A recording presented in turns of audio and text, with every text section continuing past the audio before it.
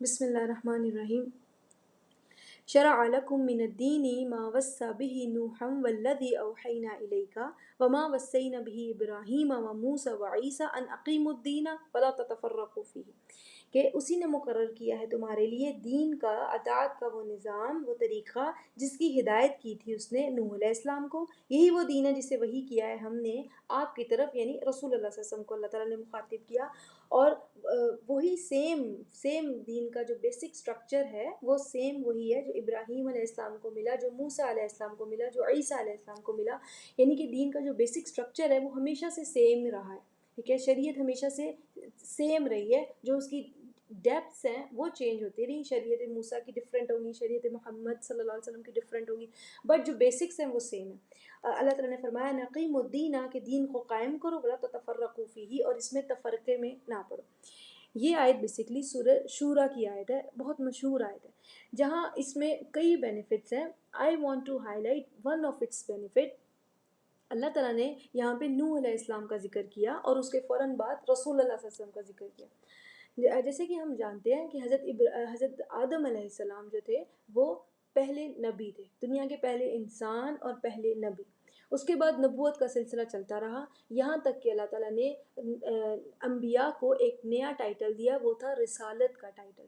رسول وہ ہستی، یعنی وہ نبی جس کو اللہ تعالیٰ نے خاص امت کی طرف اپوائنٹ کیا اور شریعت بھی دی، اسے رسول کہا جاتا ہے. اب اللہ تعالیٰ نے مختلف رسول بھیجے، اور پہلے رسول جو تھے، پہلے وہ نبی جس کو رسول کا بھی ٹائٹل اللہ تعالیٰ نے ایڈ آن کیا، وہ تھے نوح علیہ السلام، جن کو اللہ تعالیٰ نے شریعت بھی دی.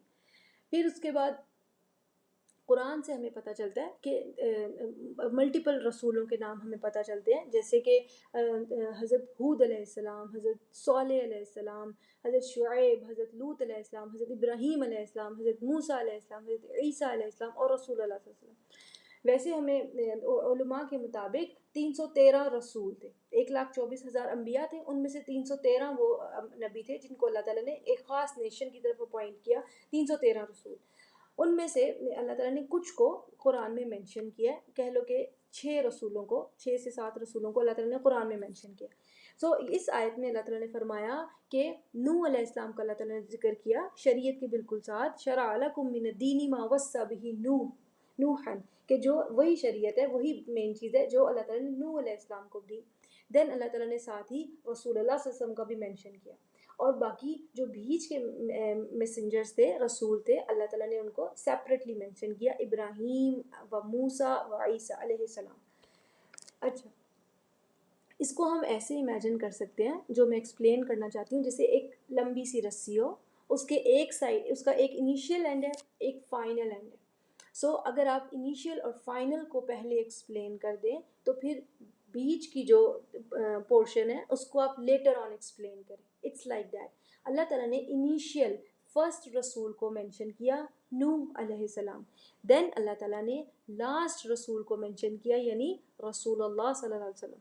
اللہ تعالیٰ نے پہلے فرمایا شرع لکم من الدین ما وصى به نوحا والذی اوحینا الیک، جو ہم نے آپ کی طرف بھیجا. یعنی یہ آیت ایک طرح سے ختم نبوت کو بھی پروف کرتی ہے کہ اللہ تعالیٰ نے پہلے رسول کو مینشن کیا، نوح علیہ السلام، جن کو اللہ تعالیٰ نے شریعت دی.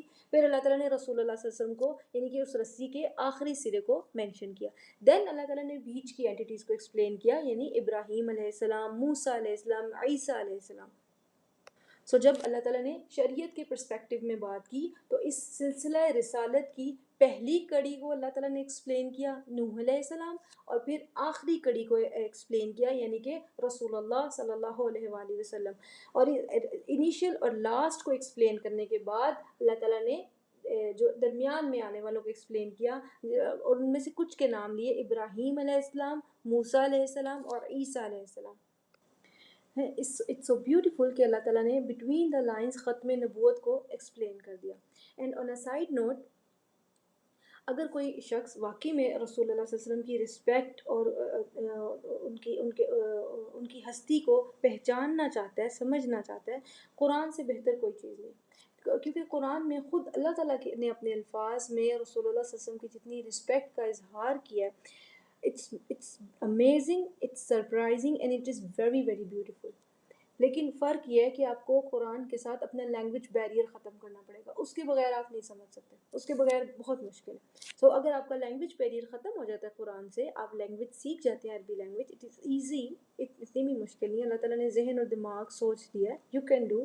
سو تب آپ جس طرح سے اللہ کے الفاظ میں رسول اللہ صلی اللہ علیہ وسلم کی رسپیکٹ کو سمجھ سکیں گے، it is beautiful, it is really beautiful to understand. السلام علیکم ورحمۃ اللہ وبرکاتہ.